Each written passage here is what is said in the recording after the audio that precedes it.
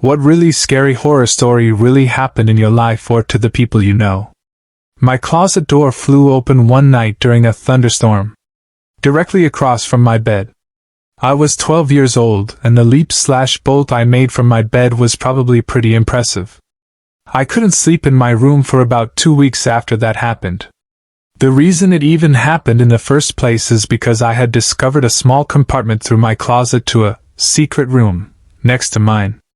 Basically, just an unfinished attic-type space with only wood beams and fiberglass. Again through a weird small entryway in my closet. I didn't close the latch properly, and that panel banged up against and pushed open my closet door during a massive thunderstorm. Many years ago, pre-cell phone, a friend of mine got a call from the police. "Lock your doors, hide, we're on our way over." Her angry ex had hired someone to break into her house, make it look like a burglary gone bad, and kill her.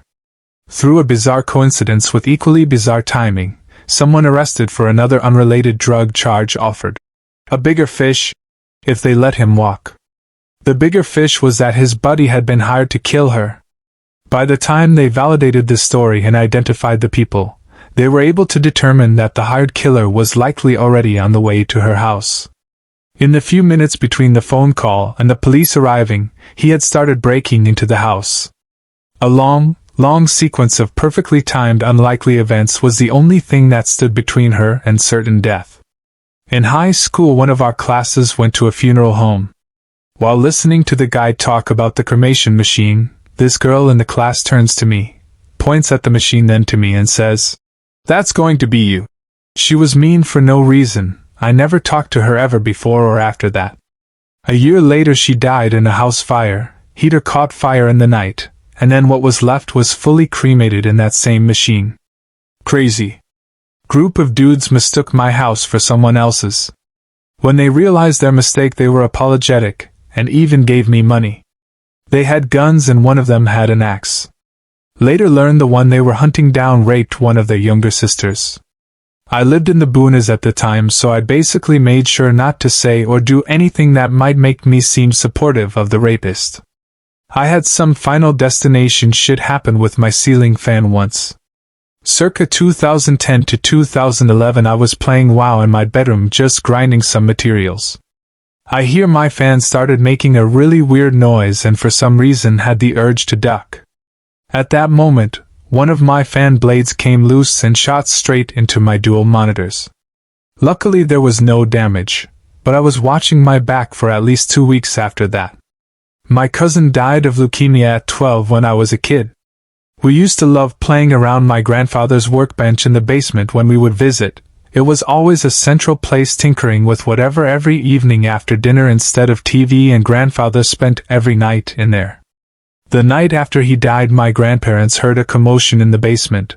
They went down the next morning and his workbench was in disarray. Maybe not horror, but spookier. I grew up in a third world country, and in the beginning of the 90s a civil war broke out. We would often wake up to the screams of people getting beheaded by terrorists in the night. We would go up to the roof while my brother guarded the house holding a rifle. I would grab my dog and my brother would berate me for wasting time on her. She was stolen a few months later, and I never saw her again. Her name was Lisa.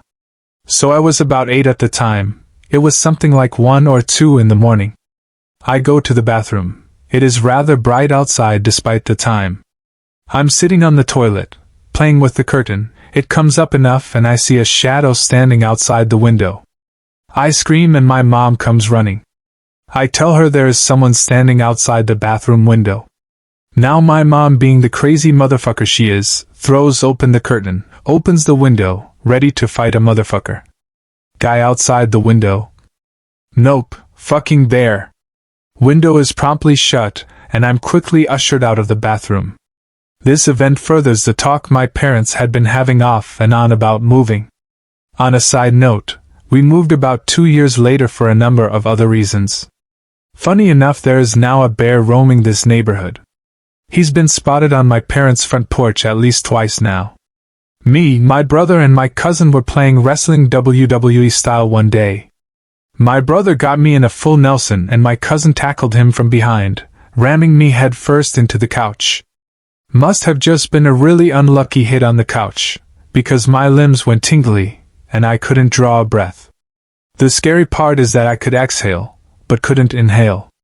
So basically, I was lying on the ground limp taking shorter and shorter breaths like a dying fish. Thankfully after 30-ish long seconds I could breathe again and the numbness went away. It was terrifying. I came home from my homecoming dance. It was 2 a.m. In high school I was a pretty blue-eyed blonde. I went to hang my coat in the closet and heard something brush against the front door. Thought it was the wind blowing the fall wreath. Walking to my bedroom I realized earlier that day I had seen my mom take the wreath down. As I reach to pull my bedroom shade down I see a grown-ass man, standing right in front of my bedroom. My lights were off. I didn't think he saw me see him. I army crawled into my parents' room. Woke my dad up.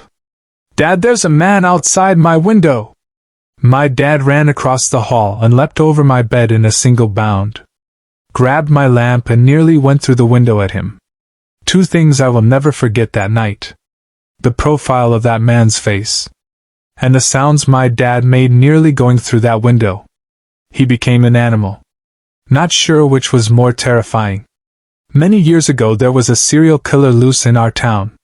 He was sending letters to the newspaper that included belongings from his previous victims and was taunting police. A good friend of mine was all kinds of freaked out. She's a true crime fan and she fit the profile of most of the victims, so she knew what that meant. Her kids were in school all day and her husband worked at job about 30 to 45 minutes away, leaving her alone all day long. She was talking about this to her neighbor who said, "No problem. My son likes to eat his lunch in his car every day. I'll let him know your situation so he can park on your street and keep an eye on your house." This made her feel much better. The son was the local dog catcher. The serial killer was BTK.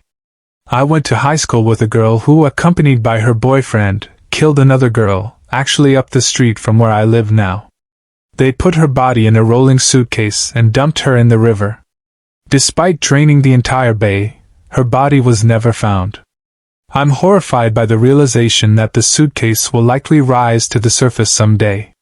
When I was around 14 years old, we had a neighbor 2 houses down that were foster parents. I always heard about them putting some of the troubled kids in cages as punishment, and had them sleep on concrete. My friends and I would talk about it but never believed it to be true. One day, the FBI was everywhere up and down the block, closing off the street. We found out that one of the kids was acting up and wouldn't calm down, so they zip-tied him to a chair in the basement. When he wouldn't stop screaming, they put a zip tie around his neck to scare him into being quiet. They tightened it right away and ended up killing him. They found the boy buried in the basement, under newly poured concrete. Home alone with a 2-year-old and 7 months pregnant. It was summertime, so windows were open. I hear a knock on the back door. I look out. There is an adult male so bloody I can't tell his race or even hair color. I don't even open the door. I run to the landline phone to call police. I'm hysterical. They send a squad immediately.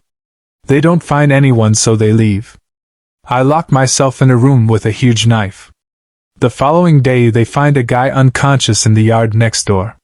He'd gotten beat up over a bad drug deal. I will never forget how scared I was.